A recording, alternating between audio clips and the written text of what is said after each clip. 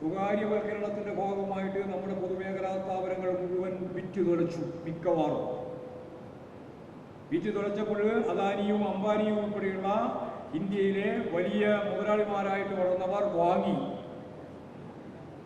വാങ്ങുന്നതിന് എല്ലാ മുതലാളിമാരും ചെയ്യുന്നത് പോലെ ബാങ്കിനെയാണ് അടിസ്ഥാനമാക്കിയത്. ബാങ്കിൽ നിന്ന് കടം വാങ്ങി, ആ കടം വാങ്ങിയ പണം കൊണ്ടുപോയിട്ട് 1,00,000 കോടി രൂപയുടെ മൂല്യമുള്ളതിന് 1000 കോടി രൂപയ്ക്ക് തുളുവിലക്ക് വാങ്ങിയ അവർ ഗവൺമെന്റിന് അടച്ചു. അവിടെ നിന്ന് എടുത്ത 1,00,000 കോടിയോ 2,00,000 കോടിയോ അത്ര ലക്ഷം കോടിയായാലും ആ കോടി ഒന്നും പിന്നീട് അടച്ചിട്ടേയില്ല, തിരിച്ചടച്ചിട്ടേയില്ല. തിരിച്ചടക്കാത്ത ഈ കടമാണ് കിട്ടാക്കുറ്റിയായത്. ആദ്യം 11.5 ലക്ഷം കോടി എഴുതിത്തള്ളി. ഇപ്പോഴ് 8.5 ലക്ഷം കോടി എഴുതിത്തള്ളി. അങ്ങനെ 20 ലക്ഷം കോടി രൂപ കേന്ദ്ര ഗവൺമെന്റിന്റെ അറിവോടുകൂടി എഴുതിത്തള്ളി. ഇവിടെയാണ് ഒരു കാര്യം ഞാൻ ചോദിക്കാൻ ആഗ്രഹിക്കുന്നത്. ഈ പൊതുമേഖലാ സ്ഥാപനങ്ങളുടെ ഷെയറും വാങ്ങിയ വകയിൽ അദാനിക്കും അംബാനിക്കും ചെലവായ പണമെത്ര? അംബാനിക്കും അദാനിക്കും ചെലവായ പണത്ര? വല്ല ചെലവായോ? വല്ലതും ചെലവായോ? ഒരു നയാ പൈസ ചെലവായിട്ടില്ല. എല്ലാം നമ്മുടെ ചെലവിലാ.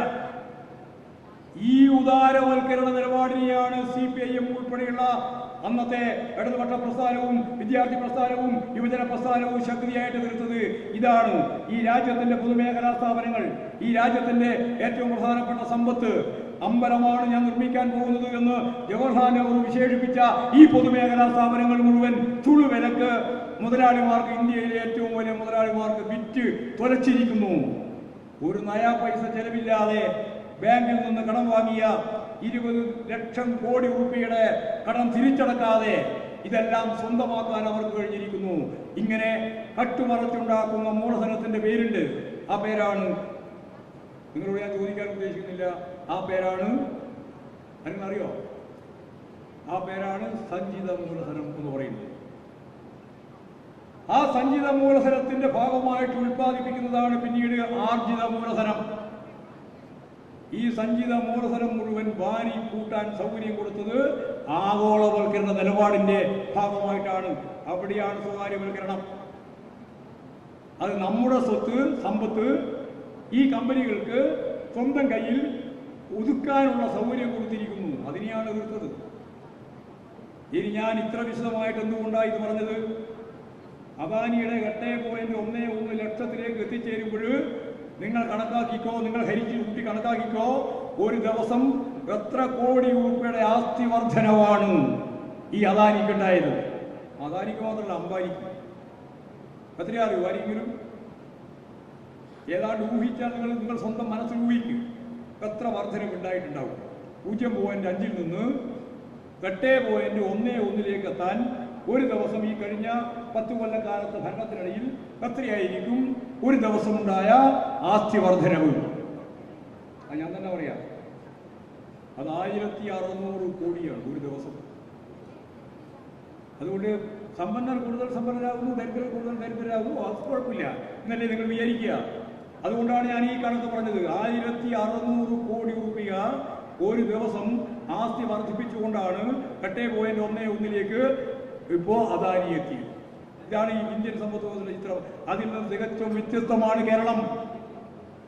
കേരളത്തിലെ ആളോഹരി വരുമാനം ഇപ്പോൾ മെല്ലെ മെല്ലെ വർദ്ധിച്ചുകൊണ്ടിരിക്കുകയാണ്. ശരാശരി നോക്കിയാൽ ഇന്ത്യൻ സംസ്ഥാനങ്ങളിലെ പല ഭാഗത്തും നമ്മൾ പിന്നിലാണ്. അതിനുള്ള പ്രധാനപ്പെട്ട കാരണം അവിടെയുള്ള ടാറ്റയുടെയും ബിർളയുടെയും അദാനിയുടെയും അംബാനിയുടെയും എല്ലാം കണക്കിന്റെ ഒപ്പമാണ് രാജന്റെയും സുകുമാരന്റെയും അതുപോലെ ജോസഫിന്റെയും മുസ്തഫയുടെയും എല്ലാം വരുമാനം കൂട്ടുന്നത്. അതുകൊണ്ടാണ് ഇവിടെ ദശലക്ഷക്കണക്കിന് മനുഷ്യന് ഗുണമേന്മയോടെ ജീവിക്കാനുള്ള ഭൗതിക സാഹചര്യം നമ്മൾ ഒരുക്കിയിട്ടുണ്ട്. മൗലികമായ കാര്യം ഒന്ന്, ദാരിദ്ര്യം അവസാനിപ്പിക്കുക.